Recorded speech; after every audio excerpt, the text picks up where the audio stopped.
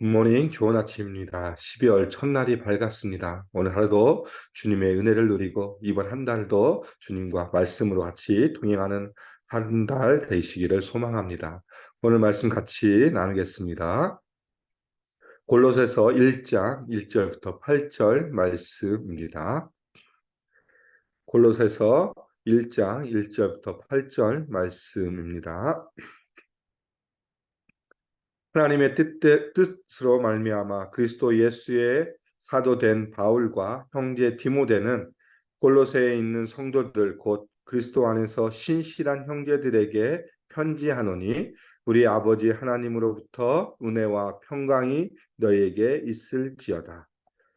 우리가 너희를 위하여 기도할 때마다 하나님 곧 우리 주 예수 그리스도의 아버지께 감사하노라.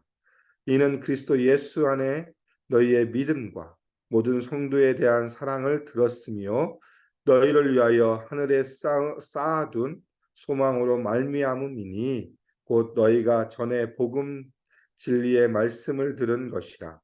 이 복음이 이미 너희에게 이름에 너희가 듣고 참으로 하나님의 은혜를 깨달은 날부터 너희 중에서와 같이 또한 온 천하에서도 열매를 맺어 자라는도다. 이와 같이 우리와 함께 종된 사랑하는 에바브라에게 너희가 배웠나니 그는 너희를 위한 그리스도의 신실한 일꾼이요 성령 안에서 너희 사랑을 우리에게 알린 자니라. 아멘. 오늘부터 시작해서 우리가 살펴볼 말씀은 골로새서입니다. 골로새서는 사도 바울이 골로새 교회 성도들을 향하여 쓴 편지입니다. 오늘 1절과 2절에 보면 오늘 골로새서의 수신자와 발신자가 누구인지를 분명하게 보여주고 있습니다. 1절에 보면 하나님의 뜻으로 말미암아 그리스도 예수의 사도된 바울과 형제 디모데는 이라고 되어 있습니다. 이 오늘 편지를 쓴 발신자가 누구냐? 바로 바울과 형제 디모데다라고 말씀해 주고 있죠. 그러면서 바울을 이렇게 표현합니다. 하나님의 뜻으로 말미암아 그리스도 예수의 사도된 자. 바울이 현재 어디에 있냐면 로마의 감옥에 갇혀 있는 상황이었습니다. 로마의 감옥에 갇혀서 복음을 전한다는 그 이유 하나만으로 복음을 위해서 로마에 갇힌 자로서 되어 있지만 그러나 항상 바울은 어떻게 자신을 소개하냐면 하나님의 뜻으로 말미암아 그리스도 예수의 사도된 자, 예수를 따르며 예수의 복음을 전한 자로서 내가 너에게 편지를 한다라고 이야기하고 있고 2절에 보면 수신자에 대해서 이야기해 주고 있습니다. 골로새에 있는 성도들 곧 그리스도 안에서 신실한 형제들에게 편지하노니 수신자죠. 수신자는 골로새에 있는 성도들을 말하고 있습니다. 골로새 교회의 성도들을 말하고 있죠. 근데 골로새 교회는 바울이 직접 세운 교회는 아닙니다. 직접 복음을 전하지도 않았고 그런데 바울의 3차 전도 여행 중에 에베소에서 바울이 전하는 복음을 듣고 회심한 사람들이 각자 자기의 연고로 가서 복음을 전하고 세워진 교회 중 하나가 바로 골로새 교회입니다. 우리가 7절과 8절에 나오는 에바브라의 전도 사역, 복음 사역을 통해서 세워진 교회가 바로 골로새 교회입니다.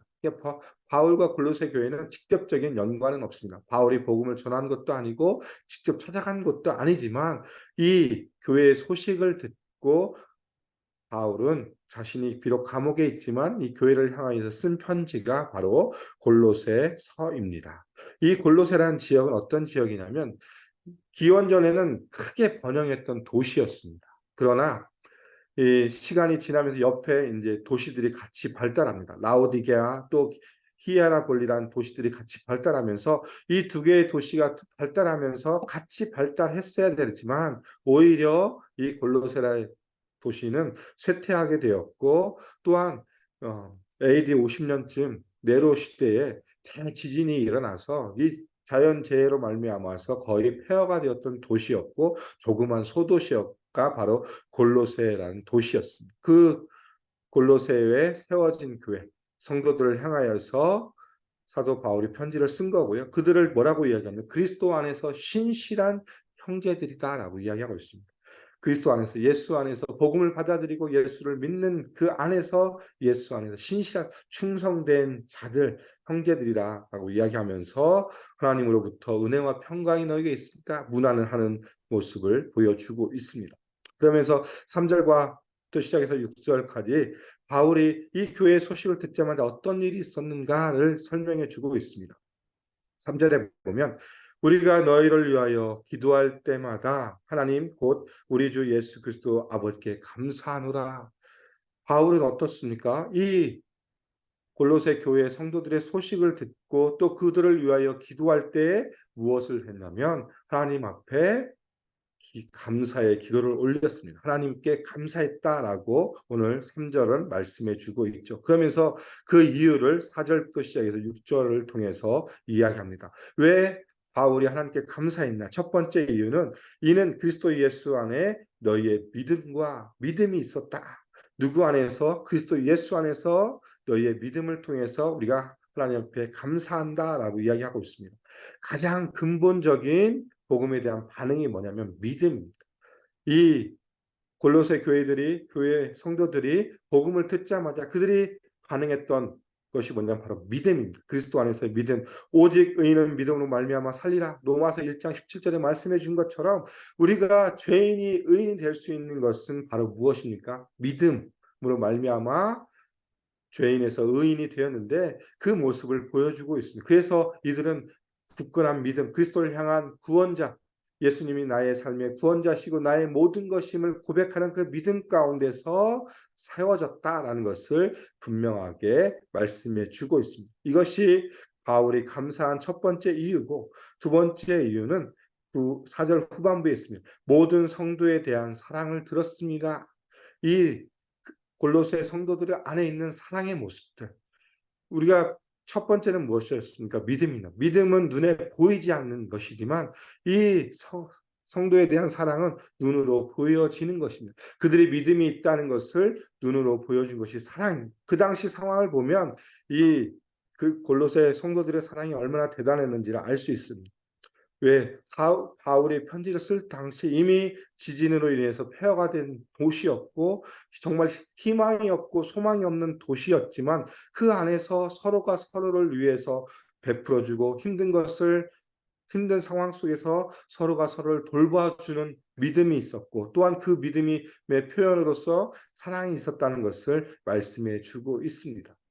그들의 필요를 채워줄 뿐만 아니라 영적으로도 서로 더욱더 단단해지는 모습, 서로가 서로를 형제를 사랑함으로 하나 된 공동체를 이뤄가는 모습이 바로 골로새 성도들의 모습이었다라고 이야기하고 있고 그것을 통해서 바울은 하나님 앞에 감사하다라고 이야기하고 있습니다. 그리고 또 5절에 보면 너희를 위하여 하늘에 쌓아둔 소망으로 말미암음이니 곧 너희가 전에 복음 진리의 말씀을 들은 것이다. 너희를 위하여 하늘에 쌓아둔 소망으로 말미암아서 감사한다라고 이야기하고 있습니다. 이 말씀을 제가 세번역 성경으로 한번 읽어드리겠습니다. 5절입니다. 이 믿음과 사랑은 여러분을 위하여 하늘에 쌓아두신 소망에 근거합니다. 이 소망은 여러분이 진리의 말씀, 곧 복음을 받아들일 때에 이미 들은 것입니다. 라고 세번역 성경은 이렇게 이야기하고 있죠. 말씀해주고 있습니다.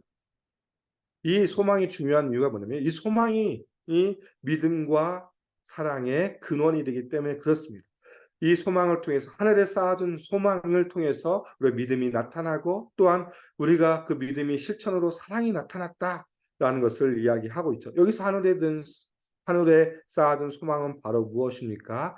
그리스도께 둔 소망을 말하고 있습니다. 다시 오실 예수 그리스도께 소망을 두고 이 소망은 복음을 들을 때부터 이미 깨달은 것이다라고 말씀해 주고 있습니다.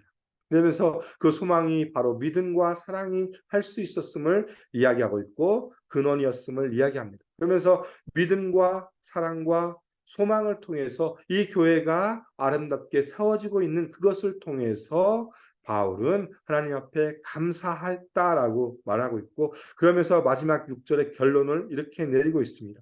이 복음이 이미 너희에게 이름에 너희가 듣고 참으로 하나님의 은혜를 깨달은 날부터 너희 중에서와 같이 또한 온 천하에서도 열매를 맺어 자라는도다. 이 골로새 공동체, 믿음의 공동체가 어떤 공동체였냐? 열매를 맺는 공동체였다. 믿음과 사랑과 소망을 통해서 건강하게 세워지고 아름답게 세워지면서 열매를 맺는 공동체였다라는 것을 통해서 바울은 하나님께 감사했다라고 말씀해 주고 있습니다. 복음을 깨달은 그날부터 시작해서 이들은 삶의 열매를 통해서 그리스도인의 삶을 살아갔다. 그러면서 그것이 개인뿐만 아니라 공동체로서 아름다운 열매를 맺었던 공동체였음을 분명하게 말씀해 주고 있죠. 복음으로 인해서 교회가 성장하고 열매를 맺는 아름답고 건강한 공동체로 세워졌음을 분명하게 사도 바울은 밝히고 있습니다. 이 공동체의 모습을 보면서 우리가 이 땅에 살아가는 우리 교회 공동체를 보면서 어떤 모습 가운데 살아가야 될 것인지 다시 한번 생각해 봤으면 좋겠습니다. 우리가 만들어야 될 우리 교회, 우리 공동체의 어떤 모습입니까? 예수 그리스도께 소망을 두고 그 힘으로 예수 그리스도 안에서 믿음과 성도를 향한 사랑으로 열매 맺는 공동체, 이것이 바로 우리가 이 땅, 우리가 현재 속해 있는 AKP 공동체를 만들어갈 공동체의 모습이 바로 이런 공동체의 모습이라고 생각되어집니다.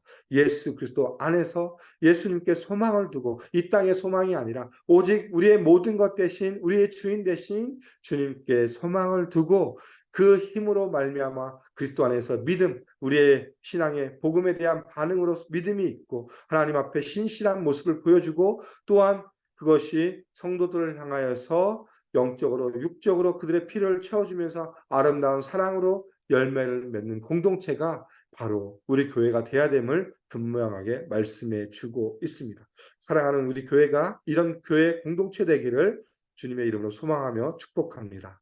또한 그 후에 1절 8절부터 시작해서 7절과 8절을 통해서 이제 에바브라에 대해서 이야기를 하고 있습니다. 바울은 이와 같이 우리와 함께 종된 사랑하는 에바브라에게 너희가 배웠나니 그는 너희를 위한 그리스도의 신실한 일꾼이요 성령 안에서 너희 사랑을 우리에게 알린 자니라 라고 하면서 에바브라에 대해서 설명해 주고 있습니다. 첫 번째는 무엇입니까? 에바브라에게 너희가 배웠다. 무엇을 배웠습니까? 복음, 그리스도의 복음, 그리스도의 사랑을 배웠다. 그러면서 뭐라고 한마디로 에바브라를 칭찬합니까? 너희를 위한 그리스도의 신실한 일꾼이다. 신실한 일꾼이요 충성된 사람이다. 그가 복음의 개척자로서 너희들에게 복음을 전할 뿐만 아니라 헌신과 수고를 통해서 너에게 복음이 지금의 상황 가운데 이룰 수 있도록 만든 자였다. 그러므로 말미암아 그리스도 안에 신실한 일꾼이었다라고 분명하게 바울은 에바브라를 칭찬하고 있고 또한 8절에 보니까 성령 안에서 너희 사랑을 우리에게 알린 자니라. 비록 우리가 감옥에 갇혀 있지만 너희 교회가 어떤 형편에 있고 어떤 상황 가운데 있는지 그것을 알린 사람이 바로 이 에바브라이다라고 이야기해 주고 있죠.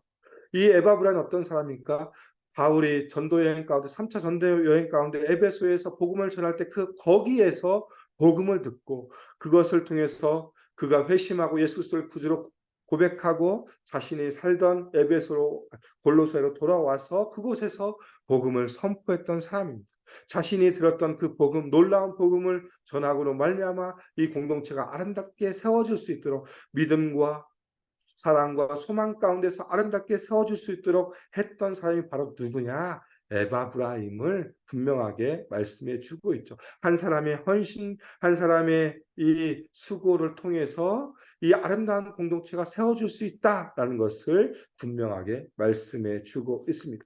이 에바브라를 보면서 우리가 다시 한번 하나님 앞에 어떻게 설 것인지 다시 한번 생각해 봤으면 좋겠습니다. 개인적으로 우리는 어떤 사람입니까? 하나님 앞에서 어떤 평가를 받는 사람입니까? 신실한 일꾼으로 세워져 있습니까? 아니면 어떤 모습 가운데 우리가 드러나고 있는지 우리의 모습을 점검해 봤으면 좋겠습니다. 사람들이 우리를 봤을 때 정말 우리가 하나님 앞에서 신실하게 서 있는 모습, 복음에 붙드는 자의 삶의 모습 가운데 서서 복음을 전하고 그 복음을 실천하면서 사랑을 전하는 모습 가운데 그리스도의 신실한 일꾼으로 서가고 있는지 우리의 삶의 모습을 점검해 봤으면 좋겠습니다.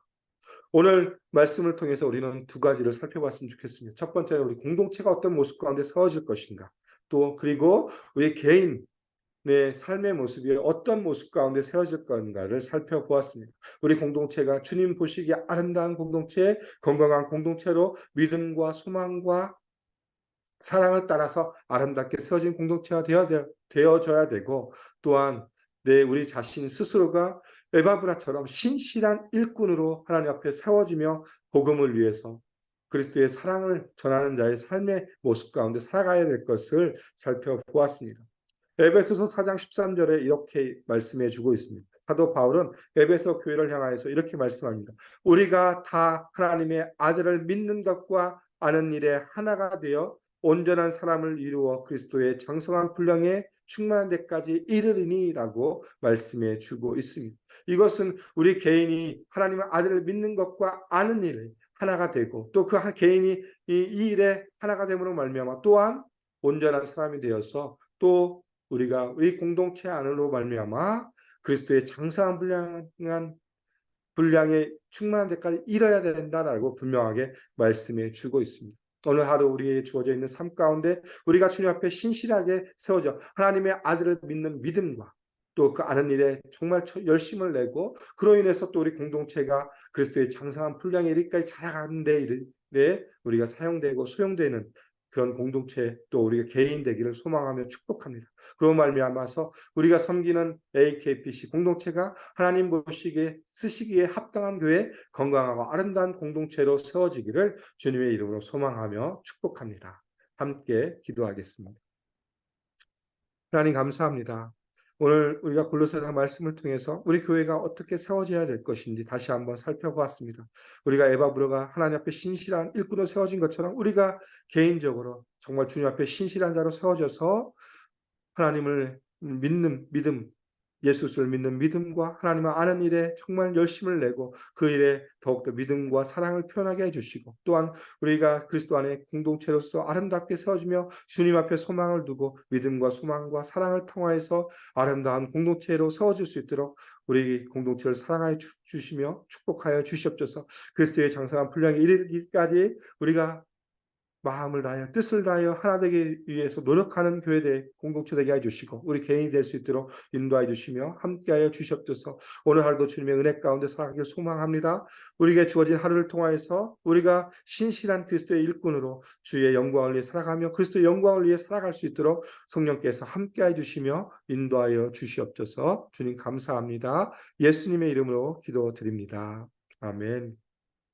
이 시간 우리 합심을 같이 기도하겠습니다. 오늘 말씀을 기억하시면서 우리 교회가 하나님 보시기에 아름다운 공동체, 건강한 공동체, 믿음과 사랑과 소망이 넘치는 공동체 될 수 있도록 기도해 주시고, 우리 개인이 하나님 앞에 신실한 충성된 자로 서서 청지기의 역할을 잘 감당하는 귀한 사람이 될 수 있도록 위해서 기도 부탁드리겠습니다.